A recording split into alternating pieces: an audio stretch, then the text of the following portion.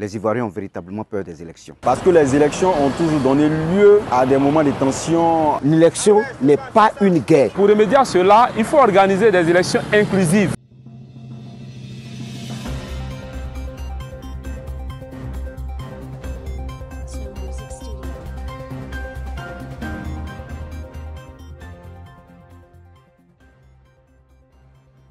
À mon avis, les Ivoiriens ont peur parce qu'à chaque élection, après l'élection, il y a toujours des émeutes. Donc ça rend les Ivoiriens ont toujours peur. Voilà.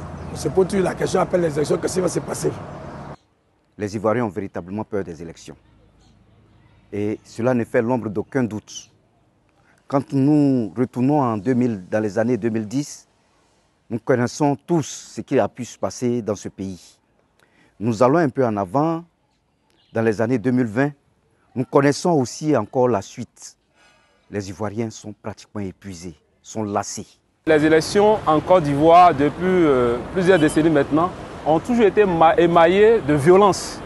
Et tout, quand on dit violence, qui dit violence dit peur.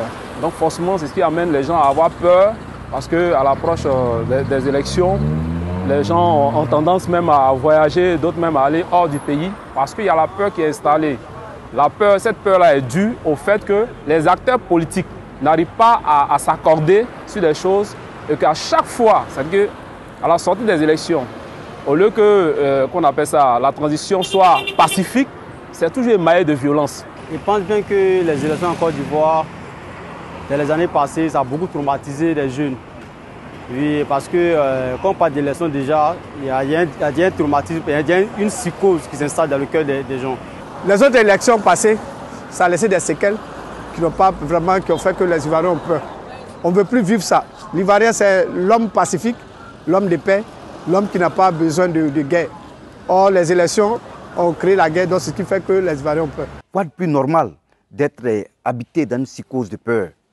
Je pense que les élections font peur aux Ivoiriens à cause des choses qui se déroulent autour des élections et des partis trop pris pendant les élections, ce qui engendre les débordements.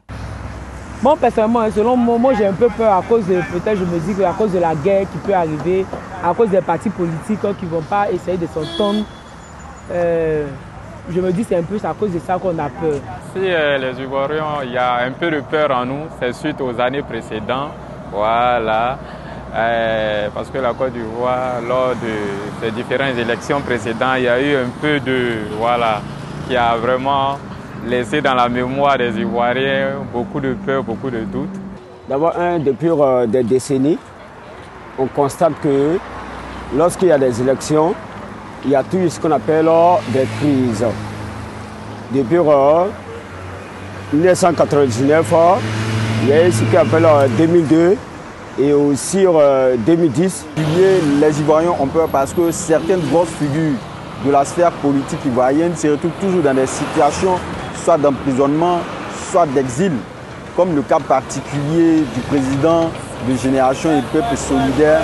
Je voudrais parler du président Guillaume Soro. Donc c'est dit comme ça qu'il faut une synergie, il faut rassembler les fils et fils de la Côte d'Ivoire à faire un retour et également permettre aux prisonniers politiques de recouvrer la santé pour pouvoir donner une dose d'assurance et de confiance aux populations ivoiriennes afin d'aborder avec une certaine sérénité et confiance l'approche des élections 2025 en Côte d'Ivoire. Maintenant, qu'est-ce qu'il faut faire pour remédier à cela?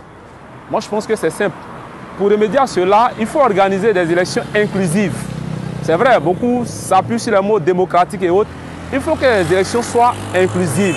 Lorsque les élections sont inclusives et qu'on permette à tout le monde, en tout cas à chacun de participer aux élections, à tous ceux qui veulent participer aux élections de le faire, en ce moment-là, on aura le gagnant qui sera accepté par les autres. Et puis, voilà, la Côte d'Ivoire ira de paix en paix. Il est important pour la Côte d'Ivoire nouvelle de faire appel à tous les fils de toutes les régions, que tu sois du nord, du sud, de l'est, de l'ouest, du centre, et pourquoi pas, à venir s'unir pour rebâtir la Côte d'Ivoire nouvelle. Cette Côte d'Ivoire nouvelle qui parlera de réconciliation, qui ne va pas exclure un fils du nord, qui ne va pas exclure un fils du sud, mais plutôt qui parlera de l'unité des Ivoiriens. C'est essayer de les apaiser, hein, en faisant peut-être des campagnes de sensibilisation et puis voilà. Je me dis qu'il faut revoir d'abord la liste électorale, essayer de vraiment faire des campagnes pour pouvoir sensibiliser, pour dire que nous formons un seul pays, qu'on a un seul pays. Si on détruit ce pays-là, demain vraiment on n'aura pas un autre pays. Et puis encore aujourd'hui, le Baoulé épouse un Tagbana épouse, ainsi de suite. On est diversifié, donc il ne faut pas mener la politique dans le côté ethnique. Si on a compris cela, qu'une élection, c'est pour avoir un représentant pour un pays, pour construire ce pays. Qu'il ne soit pas de ton bord, qu'il soit de ton bord. L'essentiel, il faut soutenir un. Et pour ne pas arriver à la guerre. Il faudrait que les participants, c'est-à-dire ceux qui aspirent à la présidentielle, acceptent leur défaite. Et quand la défaite est acceptée, je pense que les partisans aussi seront obligés d'accepter et suivre leur mentor. Moi, ce que je demande et ce que moi je voudrais, il faudrait que les partis politiques et la population et les jeunes aussi s'asseyent pour dire que l'élection n'est pas une guerre, mais c'est pour élire une personne qui va gouverner le pays pour un temps donné. Et ce que moi je demande. Et on doit comprendre que la Côte d'Ivoire est plus importante que tout ça. Voilà. La mère patrie, la Côte d'Ivoire est plus importante que les considérations, les intérêts personnels.